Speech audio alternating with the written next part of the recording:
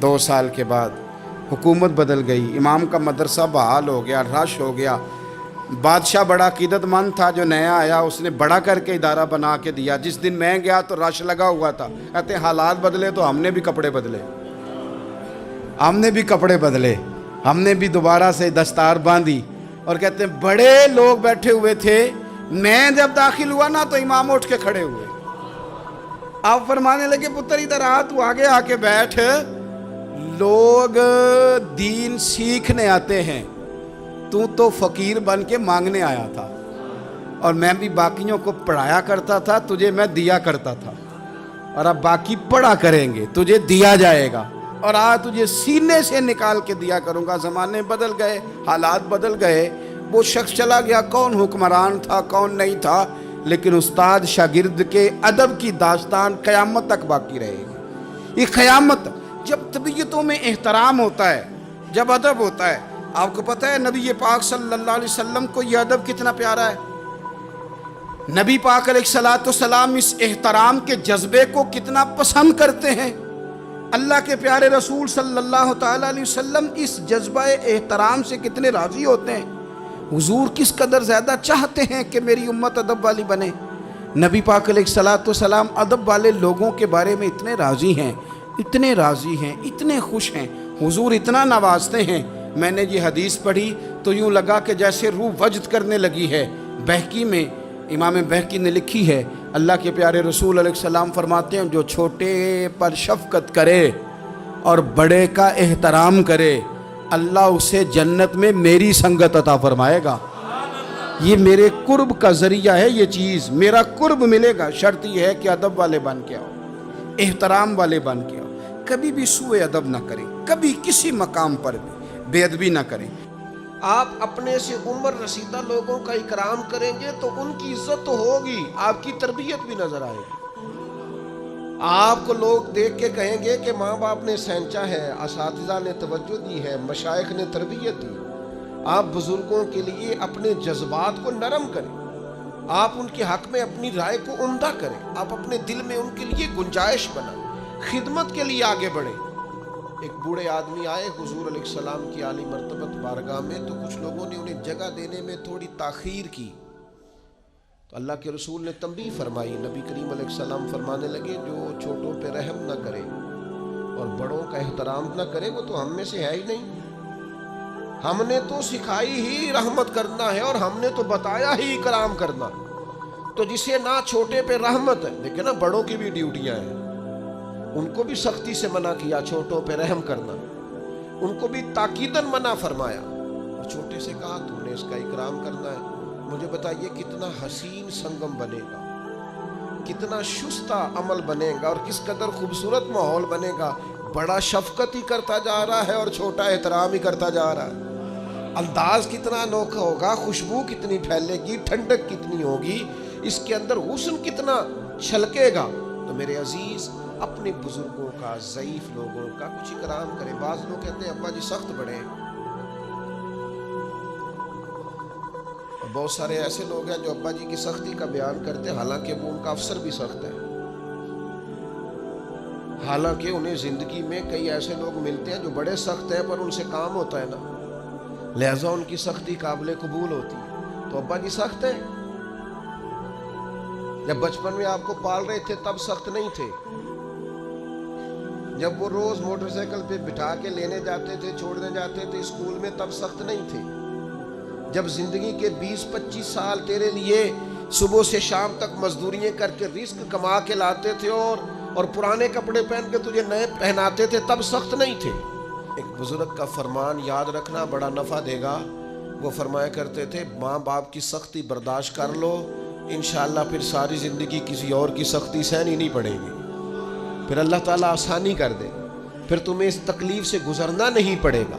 اور پھر میں عجیب منظر میں دیکھتا ہوں زمانے میں کہ یہ سب کا خیال ہے کہ ہماری عزت ہو، تو بھئی آپ بھی تو کسی کی کریں نا۔ یہ سب کا خیال ہے کہ ہمارا اکرام کیا جائے تو آپ بھی کسی کا کریں۔ یہ سب کا خیال ہے کہ میں ایک ٹائم آئے جب میں سینئر سٹیزن بن جاؤں اور میں بوڑھا ہو جاؤں اور بزرگ ہو جاؤں، تو بھئی آپ بھی کسی کا اکرام کریں تاکہ اس وقت آپ کے لیے بھی آسانی بنے۔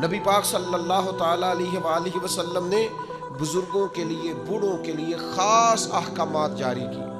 اصل میں نا ہمارے ہاں بہت ساری چیزیں مغرب سے آئی ہیں، اور جو مغربی معاشرہ ہے وہ سارے کا سارا مادیت پر مبنی ہے، مادہ پرستی ہے۔ 18 سال کے ہو گئے، آپ فارغ ہیں، نکلیں گھر سے، آپ کے والدین کدھر ہیں کوئی پتہ نہیں، وہ کہاں وقت بتاتے ہیں آپ کا کوئی لینا دینا نہیں، آپ پر قانوناً کوئی پابندی نہیں۔ اور میرے نبی پاک علیہ السلام نے تو فرمایا نکاح کے وقت بھی اگر ولی موجود نہ ہو تو گویا نکاح میں وہ حسن نہیں جو حسن ہوتا ہے۔ اس موقع پر بھی کہا کہ اس کا باپ موجود ہو۔ آپ آج بھی رجسٹر کھول لے نکاح کا تو لکھا ہوتا ہے دلہا یا اس کے وکیل کے دستخط، تو وکیل کے کھانے میں کس کو لکھا جاتا ہے؟ والد کو۔ وکالتیں باپ کے نام۔ تو چونکہ مغربی سوسائٹی مادیت پر مبنی تھی، صرف پیسے کماؤ باقی چھوڑ دو، تو ہمارے ہاں لوگوں نے اس طرف توجہ کی تو یہاں بھی اولڈ ہاؤس بننے لگے، یہاں بھی بوڑھوں کو سکریپ کا مال سمجھ کے ہم نے چھوڑنا شروع کر دیا۔ میرے عزیز یاد رکھیں، اپنی طبیعت اس طرح کی بنائیں، اپنا لہجہ اس طرح کا بنائیں کہ جس میں بزرگوں کے لیے احترام ہو، جس میں بزرگوں کے لیے اچھے جذبات، جس میں اپنے بزرگوں کے لیے ہمارے نا یہ فقہ کے جو مسائل ہوتے ہیں نا، فقہی مسائل، ان میں اختلاف ہو جاتا ہے، اور یہ اختلاف رحمت ہے۔ مثلا فقہی مسائل، ایک ہوتا ہے عقیدے کا اختلاف، وہ ٹھیک نہیں۔ فقہی اختلاف، یہ فقہی مسئلہ ہے کہ آمین اونچا کہنا ہے یا آہستہ کہنا ہے، رفع دین کرنی ہے، یا یہ فروعی مسائل ہیں، ان میں اختلاف ہو جانا کوئی ایسی بڑی بات ان میں ہو جاتا ہے۔ مثلا ہمارے بزرگوں میں ایک مسئلہ چلتا ہے کہ سپیکر کے اندر نماز پڑھائیں تو نماز بالکل ٹھیک ہے یا اس کا اصل حسن قائم نہیں رہتا، ایک مسئلہ ہے فقہی۔ ایک مسئلہ چل گیا فقہی جس میں کچھ اختلاف رائے ہو جاتا ہے، دلائل ہوتے ہیں سب کے پاس، وہ اپنے اپنے، لیکن یہ بزرگ ایک دوسرے کا احترام کرتے تھے، امام شافعی، امام مالک کا، امام مالک، امام احمد بن، یہ لوگ ان چیزوں کا احترام کرتے ہیں۔ فروع میں عقیدہ عقیدہ ہے، اس میں کوئی کمپرومائز۔ تو ہمارے ایک دوست تھے تو ان کا اس مسئلے میں موقف اور تھا، استاد صاحب کی رائے اور تھی، تو کچھ تھوڑا سا اختلاف پیدا ہوا، لیکن بڑے حسین لوگ تھے، اختلاف بھی احترام کے ساتھ کرتے تھے، اختلاف میں بھی وہ آداب نہیں چھوڑتے تھے۔ تو استاد صاحب نے بلایا اور بلا کے کہا یہ مسئلہ بیان کر دیں، میں کرتا ہوں، تو کہا میری رائے تو یہ ہے۔ تو میں اپنے اس دوست کا قائل ہو گیا۔ استاد صاحب کہنے لگے میرے پاس یہ دلیل ہے، اور جس بندے کو تم نے مسئلہ بتایا مجھ سے پوچھ کے گیا تھا اور میں نے تو یہ رائے دی ہے۔ تمہارے وہ کلاس فیلو کہنے لگے استاد صاحب میرے پاس دلیلیں بھی ہیں، اور آپ نے مجھے کتاب و سنت پڑھنے کا جو سلیقہ بتایا اس سلیقے کی روشنی میں میں مسائل بھی اخذ کر سکتا ہوں، دلیل بھی دے سکتا ہوں، لیکن چونکہ آپ میرے استاد ہیں، آپ جیسے حکم کریں میں ویسے رائے دینے کو بھی تیار ہوں، میں اڑوں گا نہیں، میں زید فقہی مسئلہ ہے، میری رائے اور ہے، آپ کی رائے اور ہے، لیکن برکت چونکہ بڑوں سے ہوتی ہے، بزرگوں سے ہوتی ہے، لہٰذا میں اپنی رائے چھوڑ دیتا ہوں۔ تو میرے بھائی ایک عالم دین دلائل رکھنے کے باوجود اگر اپنے استاد کے سامنے اپنی رائے چھوڑ کے استاد کی رائے پہ عمل کرتا ہے، چلو مہربانی کرو کبھی آپ بھی ابا جی کے سامنے اپنی رائے چھوڑ دو، کبھی آپ بھی کو ٹھیک ہے جس طرح آپ کہیں گے ویسے ہو جائے گا، آپ بھی کبھی تھوڑی دیر کے لیے اپنی رائے سے رجوع کر لیں، کوئی حرج والی بات نہیں ہے، کچھ بھی نہیں فرق پڑتا، کچھ بھی معاملہ نہیں ہوتا۔ ہمارے ایک دوست تھے، ایک اور بات یاد آ گئی، تو کہیں سفر پہ جانا تھا، دوستوں نے سیر کے لیے کالج کے زمانے میں، انہوں نے پہلے وعدہ کیا، آپ نے چھوڑ دیا، ان سے کہا کیوں نہیں جا رہے، کہنے لگے میری امی نہیں مانتی۔ تو نوجوان بچوں کے لیے تو یہ بڑا خطرناک جملہ، سب نے مذاق کیا، تو میں آیا تو مجھے آ کے کہنے لگے کہ جی وہ صاحب مکر گئے، کہنے میری امی نہیں مانی، وہ تو امی تو بغیر قدم بھی نہیں چکتا۔ تو میں نے کہا خدا کے بندو طنز کر رہے ہیں، اس کو تو بلاؤ، اس کی تو زیارت کرنی چاہیے، تو قابل زیارت آدمی ہے، تو ماں کی بات مانتا ہے، ایک شہر ہے نا، کوئی ایسا مسئلہ تو نہیں۔ اس نے کہا امی کہتی ہے ابھی میں نہیں جانے دیتی، تو میں مان گیا ہوں۔ تو یہ قابل تحسین ہے کہ قابل تنقید ہے، آپ نے اسے تنقید کا باعث بنا لیا ہے۔ اپنے بزرگوں کے ساتھ، بڑوں کے ساتھ آپ کا لہجہ اکرام والا، احترام والا، محبت والا، اور آپ ادب کریں. آپ کوئی بھی ہیں، آپ احترام کریں، کوئی بھی ہیں آپ، اور احترام کے جذبات پیدا کریں. کچھ لوگوں کا اس لیے احترام کریں کہ وہ عالم ہیں، کچھ کا اس لیے احترام کریں کہ وہ بزرگ ہیں، کچھ کا اس لیے احترام کریں ہمارے والدین کے دوست ہیں، کچھ کا اس لیے احترام کریں کہ ہم نے ان سے پڑھا ہے، سیکھا ہے. احترام کے جذبات پیدا کریں. کتنی بڑی بات ہے کہ فتح مکہ کے موقع پر حضرت صدیق اکبر رضی اللہ تعالیٰ عنہ اپنے والد کو لے کے آئے. یا رسول اللہ میرے ابا جی کلمہ پڑھنے کو تیار ہو گئے. تو جناب صدیق اکبر کے والد بوڑھے بھی تھے، نابینا بھی تھے. وہ جیسے ہی حضور کی خدمت میں حاضر ہوئے، اللہ کے رسول اٹھ کے کھڑے ہو گئے، اور نبی کریم صلی اللہ تعالیٰ علیہ وسلم نے فرمایا اے ابو بکر صدیق، اگر ان کا یہ سنو ذرا اور اس کا ذرا لطف لے کے دیکھو. حضور فرمانے لگے ابو بکر اگر ان کا کلمہ پڑھنے کا ارادہ بن گیا تھا تو یہ بوڑھے بھی تھے، ضعیف بھی تھے، پریشان مجبور تھے، اگر ان کا ارادہ بن گیا تھا تو ان کو تکلیف کیوں دی؟ مجھے بتاتے میں گھر آ کے کلمہ پڑھا جاتا، میں گھر آ جاتا، گویا کنواں پیاسے کے پاس آ جاتا، گویا رحمتیں قریب آ کے برستی، گویا محبوب کریم علیہ السلام کا کرم قریب آ کے چھلکتا. یہ بزرگ ہیں. اگر رسول پاک بزرگوں کا اتنا اکرام امت کو سکھاتے ہیں تو پھر بتاؤ ہمیں کتنا کو احترام کرنا چاہیے. بڑھو کس قدر زیادہ ہمارے دلوں میں جذبات ہونے چاہیے. کبھی بھی بے ادب نہ بنے، ادب والے رہیں، ادب والے بن کے جئیں، ادب والے بن کے دنیا سے جائیں. وہ درویش نے کہا تھا کہ بے ادباں مقصود نہ حاصل، نہ درگاہ ٹوئی، بانج ادب دے محمد بخشا، توڑ نہیں چڑھیا کوئی. آخر دعوایا ان الحمدللہ رب العالمین.